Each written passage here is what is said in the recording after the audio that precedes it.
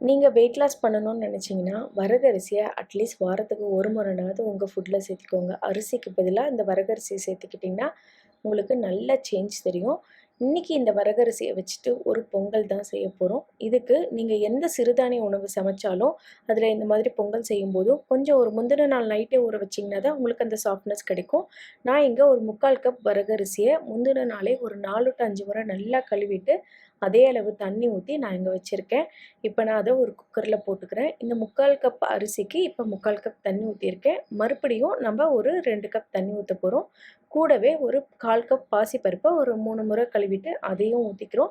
ஊத்திட்டு இது கூடவே நான் மறுபடியும் ஒரு 2 கப் தண்ணி ஊத்தியிருக்கேன்.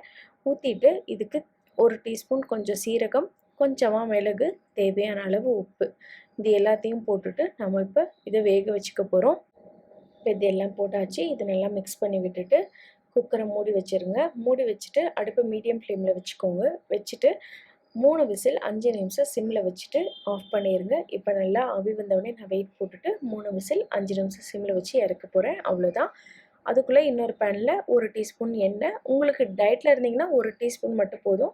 நார்மலா போடுறதுன்னா 1 டேபிள் ஸ்பூன் எண்ணெய் ஊத்திக்கலாம். கொஞ்சமா நெய் ஊத்திட்டு, கொஞ்சமா முந்திரிய போட்டுட்டு ஒரு 10 டூ 15 முந்திரிய நல்லா இந்த மாரி வறுத்துக்கோங்க. கூட 1 டீஸ்பூன் சீரகம், துருவுன இஞ்சி ஒரு 1/2 துண்டு இஞ்சிய துருவி அதையும் போட்டுக்கோங்க. வாசத்துக்கு கருவேப்பிலை, கொஞ்சமா பெருங்காயம் போட்டுட்டு இது எல்லாத்தையும் நல்லா மிக்ஸ் பண்ணி, இத நம்ம இப்ப வேக வச்சு வச்சிருக்கோம் இல்லைங்களா வரகரிசி, அதுக்குள்ள இத ஆட் பண்ணிக்க போறோம். நல்லா முதல்ல மசிச்சு விட்டுடுங்க. பாருங்க தண்ணி எவ்வளோ கரெக்ட்டா வந்திருக்கு. நல்லா குழஞ்சு உங்களுக்கு சாப்பிட்றதுக்கு நல்லா சாஃப்ட்டா இருக்கும். இதே நீங்க ஃபர்ஸ்ட்ல ஒரு 1/2 மணி நேரம், 1 மணி நேரம் மட்டும் ஊற வச்சீங்கன்னா, உங்களுக்கு இந்த சாஃப்ட்னஸ் எக்ஸ்பெக்ட் பண்ண முடியாது. அதே மாதிரி இது கொஞ்சம் ஆறுச்சுன்னா கொஞ்சம் ட்ரை ஆயிடும். அதனால இது சூடா இருக்கும்போதே நீங்க சாப்பிட்டுடுங்க. இல்லைன்னா செஞ்ச உடனே ஹாட் பாக்ஸ்ல போட்டு வச்சுருங்க. நான் போட்டிருக்க இந்த 3/4 கப் அளவுக்கு ஒரு 2 பேர் தாராளமா சாப்பிடலாம். இப்ப நம்ம தாளிச்சத எடுத்து கொட்டிட்டு, நல்லா மசிச்சு விட்டுட்டு, தாளிச்சத எடுத்து கொட்டிட்டு, மறுபடியும் நல்லா மிக்ஸ் பண்ணி விட்டுட்டு, நீங்க சாம்பாரோடையோ, சட்னியோடையோ சர்வ் பண்ண வேண்டியது தான்.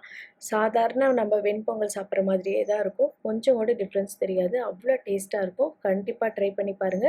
இந்த வீடியோ பிடிச்சிருந்துச்சுன்னா மறக்காம தமிழ்ஸ் கிச்சனை சப்ஸ்கிரைப் பண்ணிக்கோங்க.